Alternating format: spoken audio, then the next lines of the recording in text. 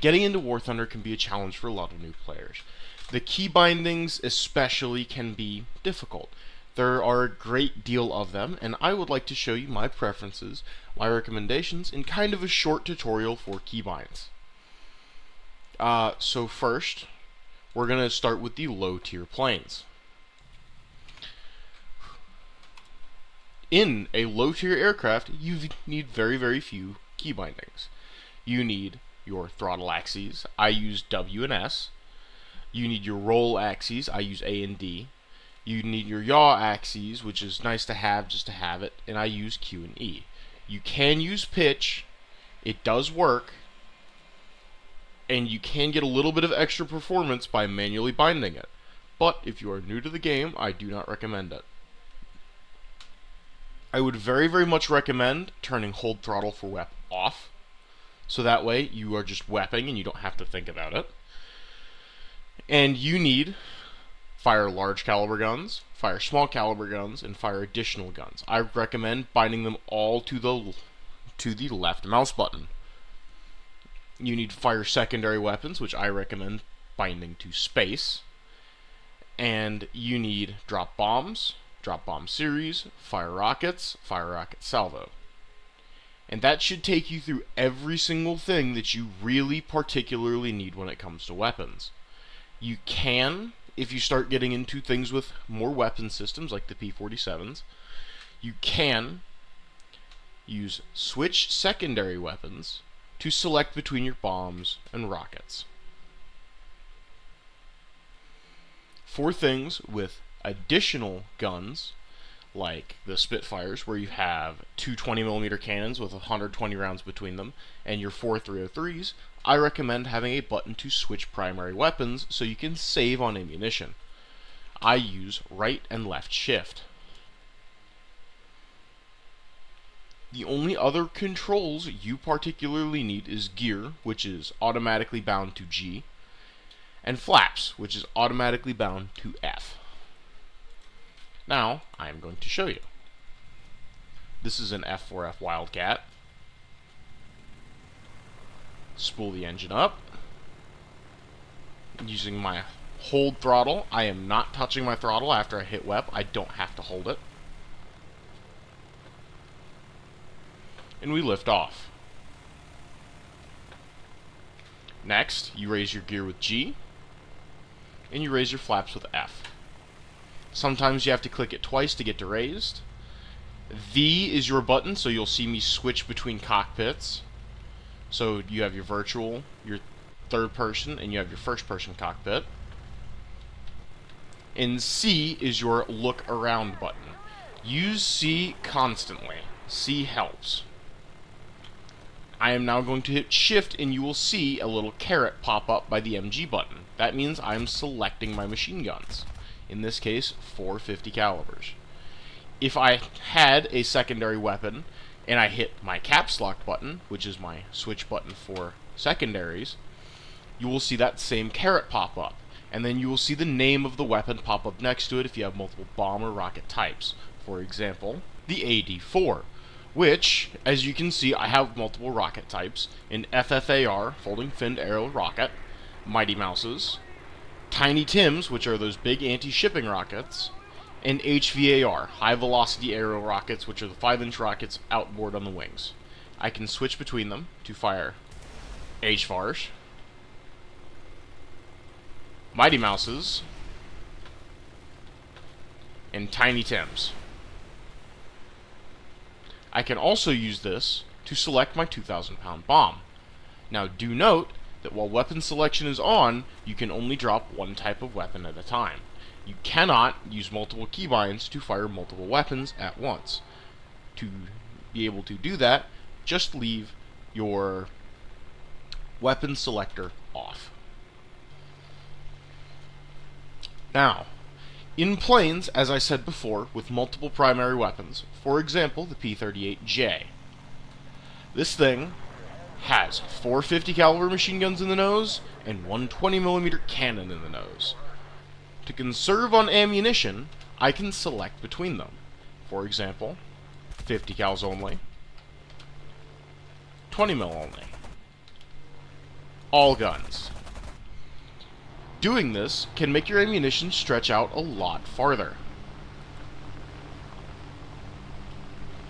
But you will lose some hit capacity, because you will not be firing nearly as many rounds into the target as you would be while firing all of your main battery guns. With that, we close out of your low tier key bindings. Now, when you move to top tier, and you get more sets, and you get more, different things to use, you will need different key bindings. You keep all of your regular keybinds that I just showed you. The ones you should add are, and I recommend doing this on the numpad or on your numbers bar up top, toggle cannon ballistic computer, toggle rocket ballistic computer, switch sight mode in cockpit, activate target point, deactivate target point, and lock air-to-ground weapons. Lock guided bombs, lock air-to-ground weapons. You need these. Now, your missile fire button, I prefer to have as space. And clicking space twice will get the lock-on indicator up for you.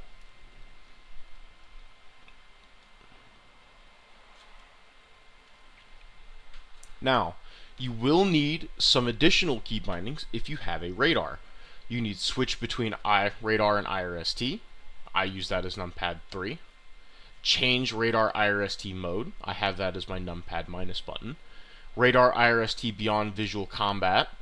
This is your ACM bore sight mode. Use this in dogfights. Change radar IRST search mode, which is 1, which this is your scope, your scope parameters. So it'll go how high it is and how wide it is. You can set these with this as well, but this is this will be easier for a lot of people. And then you will need IRST scope scale, which is the range of which your radar will lock. Then you need lock radar IRST on target and select target to lock. These are nice, especially with a TWS set, where you can see through multiple targets, and you can see multiple targets. And this is your BVR mode. This will just lock your radar on an enemy target that it sees.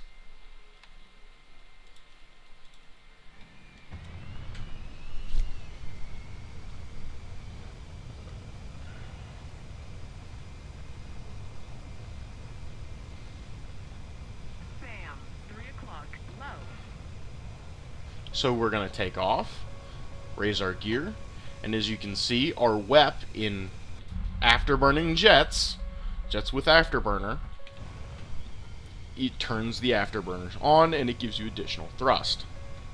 Now, I'm going to use my 8 key to lock an enemy target, in this case, a MiG-15. Then, I'm going to press my space to bring up a SAR missile. I'm going to use my caps lock key, my switch secondary weapons, to change between this and my AIM-9M, which is an infrared guided missile. See? I maintain lock, I turn it on, I lock it. I'm now going to press space again, and I discharge a missile, Fox 1.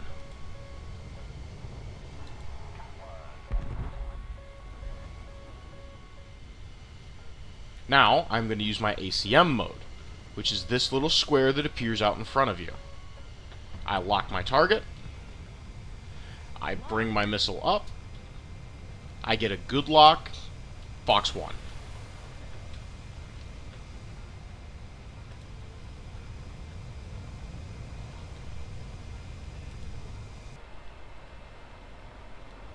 Now, with guided munitions, your procedure is pretty similar, but you use different key bindings. So what you're going to do is you're going to press your V key to change perspective, and you are going to get into this camera targeting mode. Then you are going to find your target. Then you are going to press your lock button,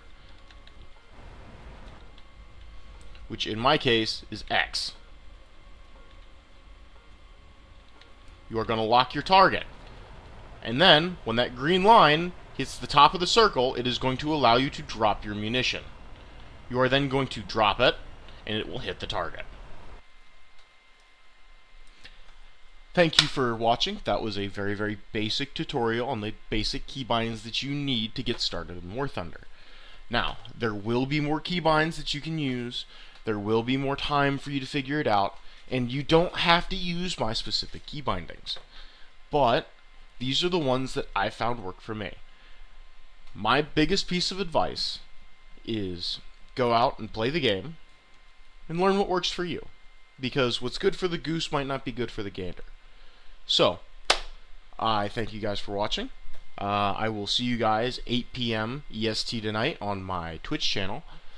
It has the same name as my YouTube, and I hope to see you guys there. Thank you for watching.